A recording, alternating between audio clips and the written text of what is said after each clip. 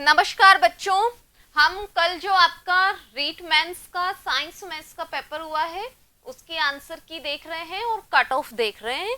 Answer की तो बात की बात होती है ना, आपको तो कट ऑफ की जल्दी रहती है, तो पहले देख लो कट ऑफ। क्वेश्चंस लगभग 25-30 आए साइंस के, आप सबने देखे होंगे। मैं एक बार वापस से आंसर बता भी देती हूँ। कट ऑफ रहेगी जनरल के अंदर मेल एंड फीमेल, वैसे लड़का लड़कियों की कट ऑफ में 2-3 नंबर का ही डिफरेंस आता है।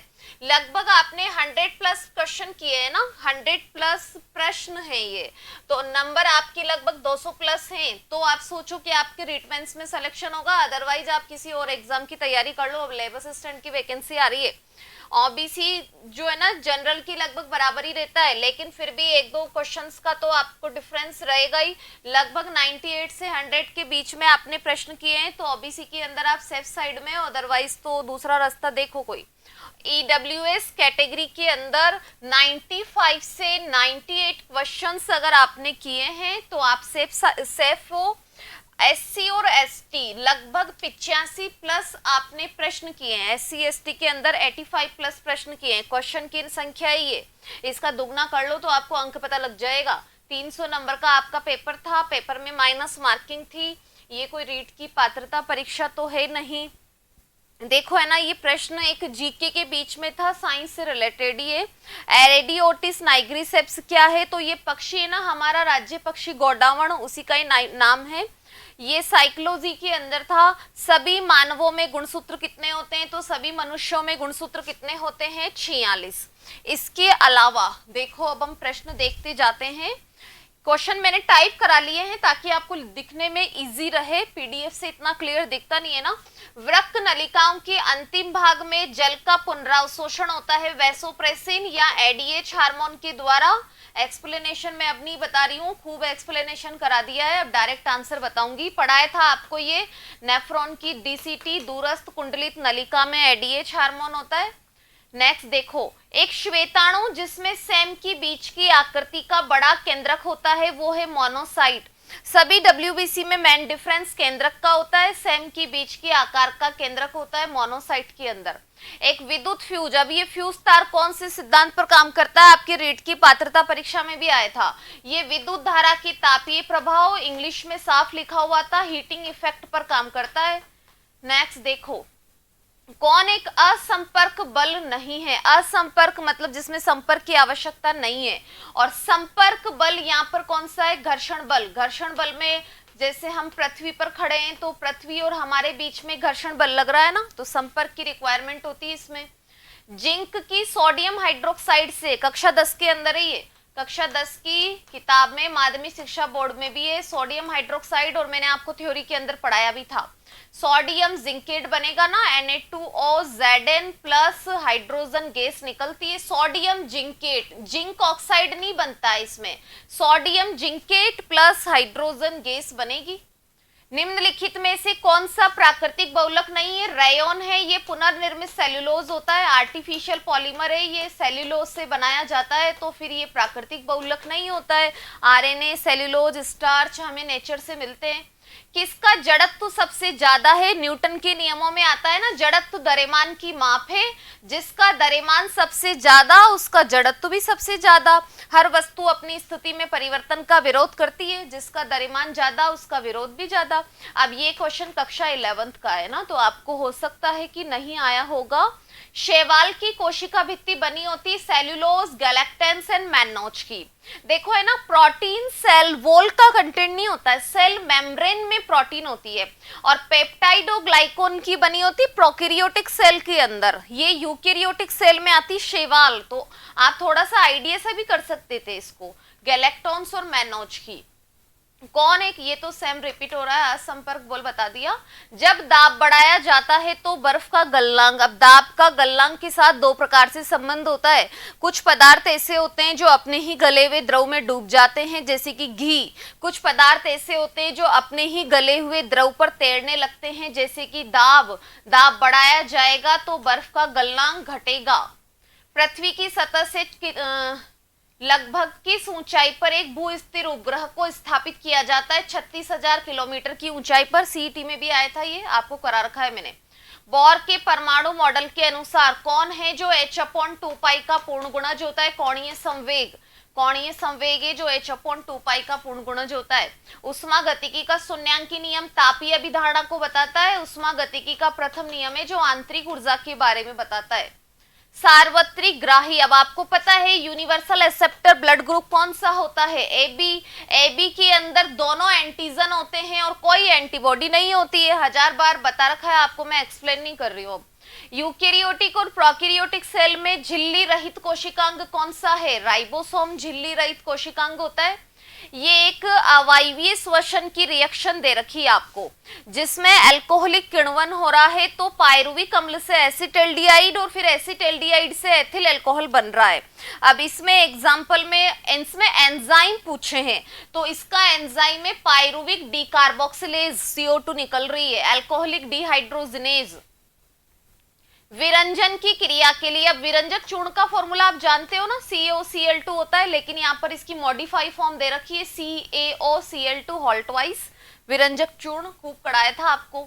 एक कार है जो वृत्ताकार गति कर रही है, जिसका कोणीय वेग ω/2π रेडियन बटा सेकंड है, तो आवर्तकाल होगा इसका x सेकंड। 2π/2π कटेंगे तो x सेकंड आंसर आएगा। निम्नलिखित में से कौन सा, अब एल्काइन का फॉर्मूला आपको पता है CnH2n-2 होता है।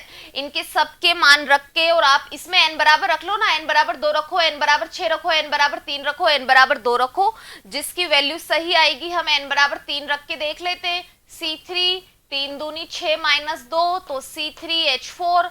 एल्काइन श्रेणी के सामान्य सूत्र में n बराबर रख के देखना था आपको। नील आर्मस्ट्रॉन्ग ने चंद्रमा की धरती पर कदम रखा था 25 जुलाई सन 1969 को। चंद्रमा की धरती पर कदम रखने वाले प्रथम व्यक्ति थे नील आर्मस्ट्रॉन्ग। इसके बाद में एडविन एल्ड्रिन चंद्रमा पर उतरे थे, कक्षा 8 में। ये आंत्र की श्लेष्मा उपकला की कौन सी कोशिकाएं हैं जो श्लेष्मा का स्त्रवण करती है? गॉबलेट सेल होती है, ये ऑक्जेंटिक सेल, केंद्रीय मुख्य कोशिकाएं, सब पढ़ा रखी है आपको। म्यूकस स्त्रावित करने वाली गॉबलेट सेल होती है। जब सल्फ्यूरिक अम्ल की अंडे का खोल बना होता है कैल्शियम कार्बोनेट का, ये 10वीं क्लास में मिल जाएंगे आपको ये, और मैंने खूब थ्योरी जिन्होंने पढ़ी उनको पढ़ाया था।